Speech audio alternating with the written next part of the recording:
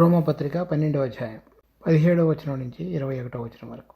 కీడుకు ప్రతి కీడెవనికిని చేయవద్దు, మనుషులందరి దృష్టికి యోగ్యమైన వాటిని గూర్చి ఆలోచన కలిగి ఉండుడి. శక్యమైతే మీ చేతనైనంత మటుకు సమస్త మనుషులతో సమాధానముగా ఉండుడి. ప్రియులారా, మీకు మీరే పగ తీర్చుకొనక దేవుని ఉగ్రతకు చోటియుడి. పగ తీర్చుట నా పని, నేనే ప్రతిఫలము ఇత్తును అని ప్రభువు చెప్పుచున్నాడని వ్రాయబడినది. కాబట్టి నీ శత్రువు ఆకలిగొని ఉంటే అతనికి భోజనం పెట్టుము, దప్పిగొని ఉంటే దాహమిమ్ము. అలాగ చేయటం వలన అతని తల మీద నిప్పులు కుప్పగా పోయేదువు. కీడు వలన జయింపబడక మేలు చేత కీడుని జయించుము. ఈ అధ్యాయంలో చెప్పబడినటువంటి మాటలు ఈ ఆఖరిలో మనతో ఒకరితో ఒకరం కానీ వేరే వారితో కానీ మనుషులతో మనుషుల యొక్క సంబంధం, విశ్వాసులు అని పిలువబడేటువంటి మన అందరి విషయంలో ఏ విధంగా ఉండాలో ఇక్కడ రాయబడింది. 17వ వచనం, కీడుకు ప్రతి కీడెవడికి చేయవద్దు, మనుషులందరి దృష్టికి యోగ్యమైన వాటిని గూర్చి ఆలోచన కలిగి ఉండుడి. మామూలుగా ఎవరైనా సరే మనకి కీడు కానీ అపకారం చేసినప్పుడు వెంటనే ప్రతిఘటించి మనం కూడా వారు ఏ విధంగా చేశారో అటువంటిదే వాళ్ళకు జరగాలని చేయాలని ఆలోచించే మనసు, అలా చేయొద్దని చెప్తున్నాడు. తర్వాత మనుషులందరి దృష్టికి యోగ్యమైన వాటిని గురించి ఆలోచన కలిగి ఉండుడి, లేకపోతే మేలైనది. ఇక్కడ యోగ్యమైన వాటిని గూర్చి అనే దానికి మేలైన వాటిని అనేది రాసింది. అంటే ఎవరైనా సరే మనకి కీడు కానీ అపకారం కానీ చేసినప్పుడు మన హృదయం మామూలుగా అయితే మరలా వారికి ఏ విధంగా కీడు చేయాలి అనేటువంటి ఆలోచనలోనికి వెళ్తుంది, లేకపోతే వాళ్ళకి నష్టం కలగాలనేటువంటి ఆలోచన. అలా కాకుండా వాళ్ళకి మేలు ఏ విధంగా చేయాలో అనేటువంటి ఆలోచన సరళిలోకి మన హృదయాలు మార్చబడాలని కోరుతున్నాడు. మనుషులు సహజమైన స్వభావంతో, పడిపోయిన స్వభావంతో ఉంటున్నప్పుడు, శారీరకమైనటువంటి ఆలోచనలతో కలిగి ఉంటున్నప్పుడు కీడుకు ప్రతికీడు. దేవుని యొక్క ఆత్మచేత నడిపించబడినప్పుడు దేవుడు ఏ విధంగా అయితే అందరి మనుషుల్ని ప్రేమించాడో ఆ విధంగా అందరి దృష్టికి యోగ్యమైనది, వాళ్ళందరికీ మేలు జరిగించేటువంటి విషయాన్ని మనం ఆలోచించాలని దేవుడు వాక్యం చెప్తాడు. అంటే ఇక్కడ మనం 2వ వచనంలో చూసినట్లు ఈ అధ్యాయంలో, మీరు ఈ లోక మర్యాదను అనుసరింపక, ఆ లోక మర్యాద అనేటువంటిదే లోకంలో అందరూ జరిగించేది, కీడుకు ప్రతికీడు. అలా కాకుండా ఉత్తమము, అనుకూలము, సంపూర్ణమైన దేవుని చిత్తం, అది మేలైనదనమాట.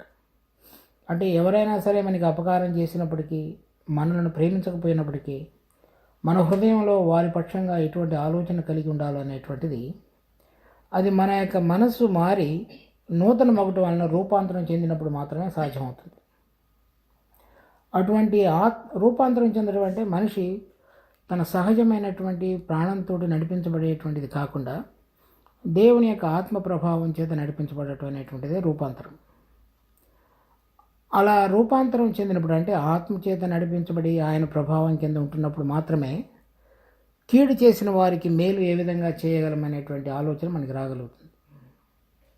సో అది ఒక రకమైనటువంటి ఆలోచన సరళి నుంచి సంపూర్ణంగా వేరైనటువంటి ఆలోచన సరళిలోకి మారటం.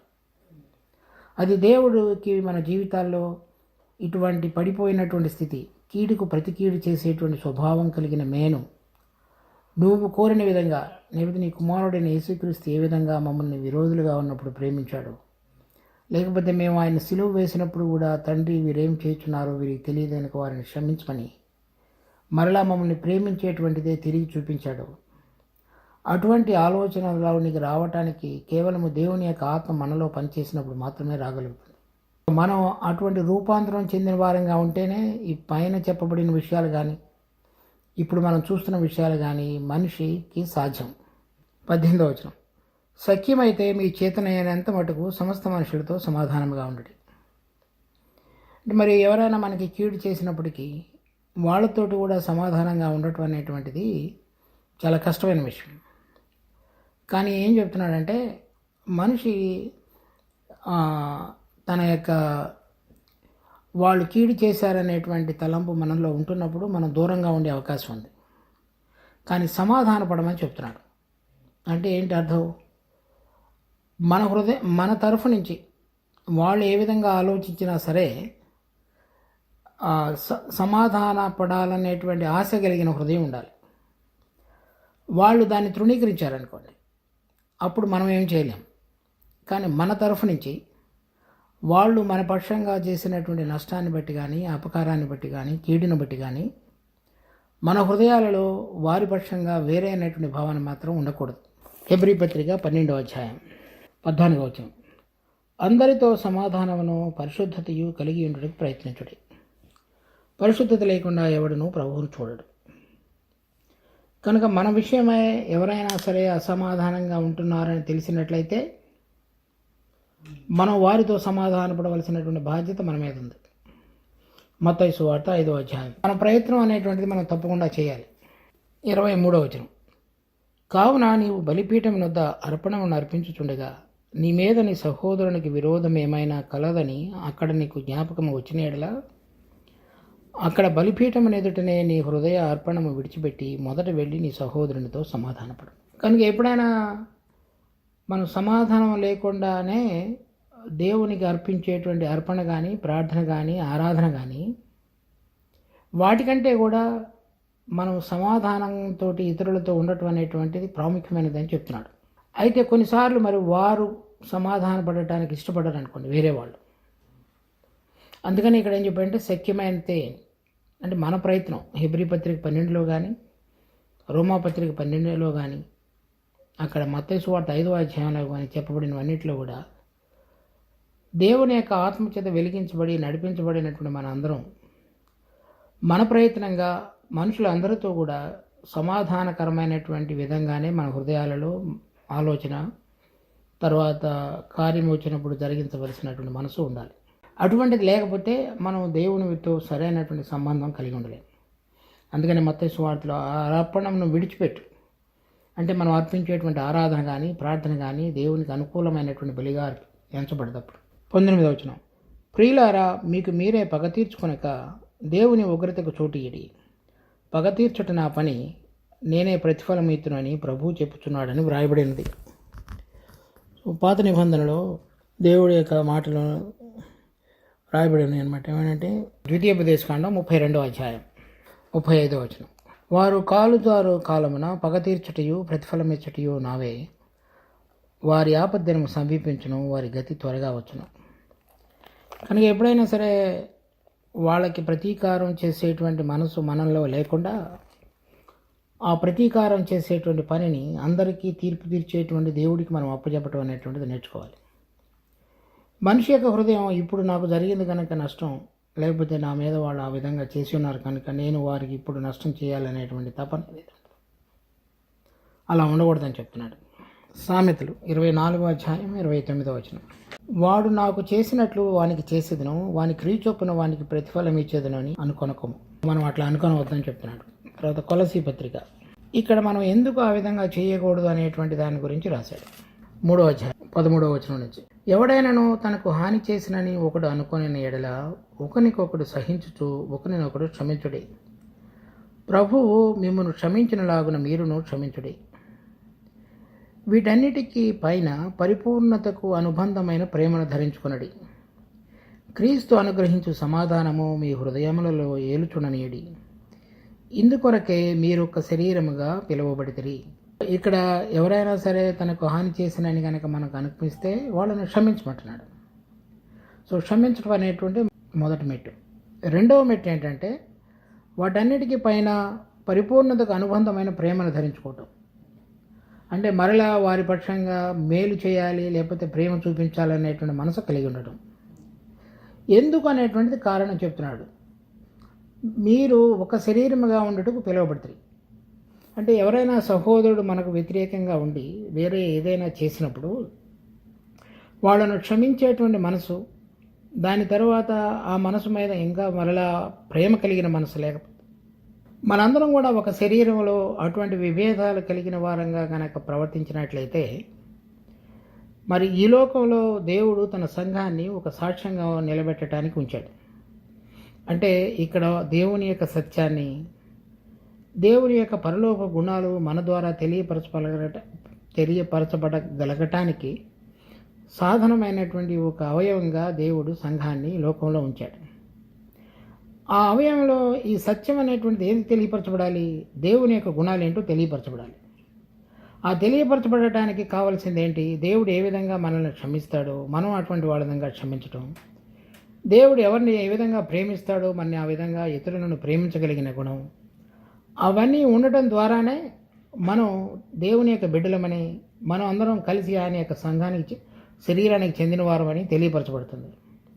మీరు ఒక శరీరంగా ఉన్నట్టుకు పిలువబడ్డారు కనుక, అంటే అసమాధానంతో కూడినటువంటి విధంగా కూడి రావటం కానీ, ఒకరితో ఒకరు సరైనటువంటి విధంగా ప్రేమ అనేటువంటి అనుబంధం లేకుండా జీవించటం కానీ, మనం అర్పించేటువంటి అర్పణలు బలులు దేవునికి అంగీకారయోగ్యం కావు.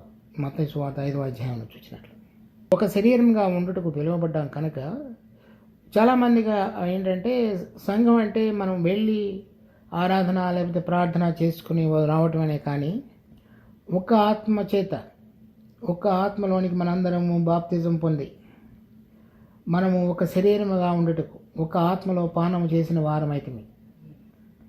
అంటే మనందరికీ జీవంలో ఒకే ఆత్మ అనేటువంటి శ్రోత ద్వారా ప్రతి ఒక్క మన యొక్క జీవం ఏదైతే నడిపించబడాలో అదంతా కూడా ఒకే ధారలో నుంచి వచ్చేది. ఆ విలువను మనం గుర్తెరిగి దానిని భంగం చేయకుండా ఉండే విధంగా మనం ఒకరితో ఒకరు ప్రవర్తించాలని చెప్తున్నాడు. రోమపత్రిక 12వ అధ్యాయం 20వ వచనం. కాబట్టి నీ శత్రువు ఆకలి కొని ఉంటే అతనికి భోజనం పెట్టుము.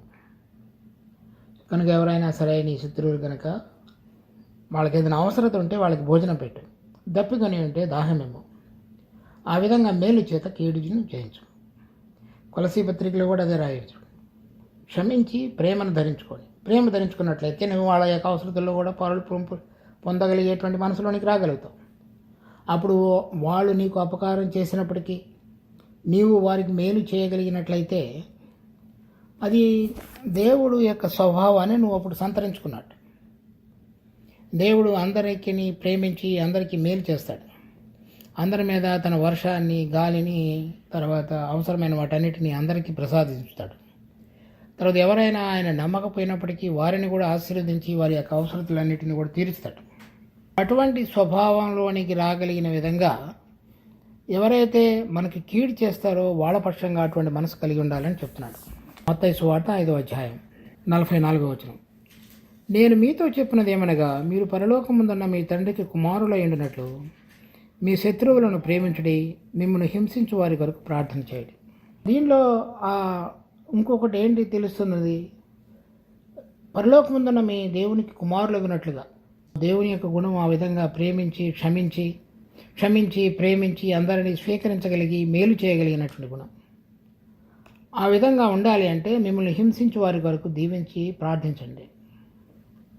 సో ఇది అన్నిటికంటే కూడా ఎంతో కష్టమైనటువంటి విషయంగా మనం గుర్తిస్తాం మన జీవితంలో.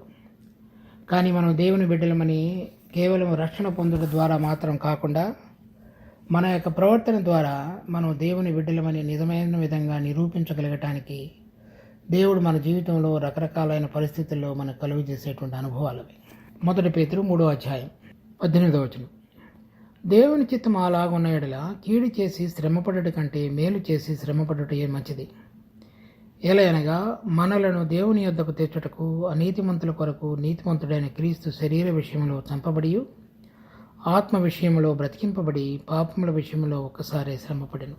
వీటన్నిటిలో కూడా మనం చూసేటువంటిది, ఎవరైనా సరే కీడు చేస్తే ప్రతి కీడు చేయవద్దు. రోమపత్రిక 12వ అధ్యాయం 20వ వచనం.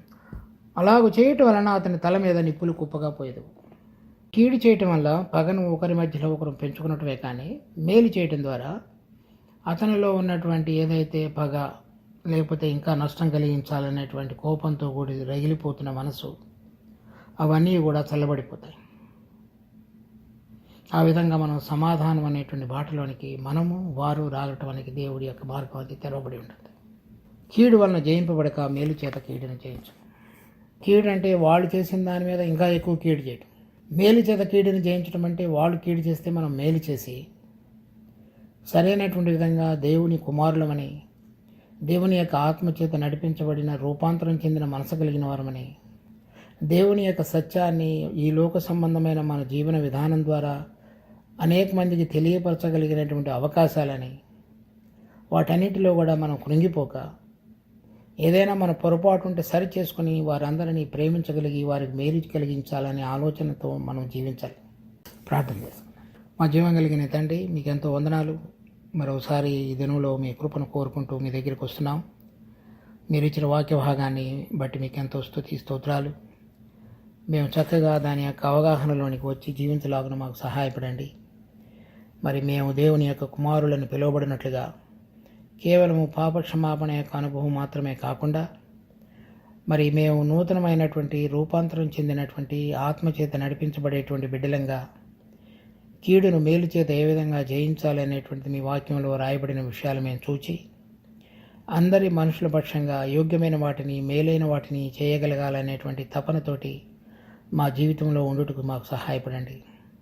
స్వార్థపూరితమైనది మరి ద్వేషము అనేటువంటి రాగముల ద్వారా నింపబడినటువంటి మా హృదయాలు సంపూర్ణముగా రూపాంతరం చెంది ప్రేమ అనురాగం ద్వారా నింపబడి అందరినీ ప్రేమించగలిగినటువంటిది, అందరికీ విషయంలో మేలు చేయాలనేటువంటి తపనతో జీవించగలిగినటువంటి నూతనమైన మనసు మాకు ప్రసాదించమని ప్రార్థిస్తున్నాం. అది మేము ఇష్టపడే వారి పక్షంగా, మమ్మల్ని ప్రేమించే వారి పక్షంగా మాత్రమే కాకుండా ఎవరైతే మమ్మల్ని ఇష్టపడరో, ఎవరైతే మాకు నష్టం కలిగిస్తారో, ఎవరైతే మేమంటే ద్వేషిస్తారో వారి పక్షంగా కూడా మా హృదయాలు తెరవబడగలగటానికి మాకు కృప చూపించు. మా యొక్క ఆదాము స్వభావం ద్వారా కానీ, శరీర స్వభావం ద్వారా కానీ, మా ప్రాణ సంబంధమైన ప్రయత్నాల ద్వారా కానీ వీటన్నిటిని మేము నెరవేర్చలేము. కనుక మీ కుమారుడి ఏ ఆత్మ చేత మీరు మృతుల నుంచి లేపి ఉన్నారో ఆ ఆత్మ మాలో తేటగాను స్వేచ్ఛగాను జీవించడం ద్వారా మేము సంపూర్ణంగా రూపాంతరం చెంది పరలోకముందు ఉన్నటువంటి మా తండ్రికి కుమారులుగా ఉన్నట్లుగా మా జీవితాలలో ఈ యోగ్యత కనబడగలుగుటకు మీ కృపను మా అందరికీ ప్రసాదించమని వేడుకుంటున్నాం. ఈ వాక్యాన్ని మీరు మా కొరకై ఆశీర్వదించండి. మా జీవితాలలో పనిచేయలాగున మీ యొక్క ఆత్మ యొక్క సమృద్ధిని మా అందరి మీద కుమ్మరించండి. మా ప్రభువు మా రక్షకుడైన యేసు నామమున అడిగి వేడుకుంటున్నాం తండ్రి. ఆమెన్.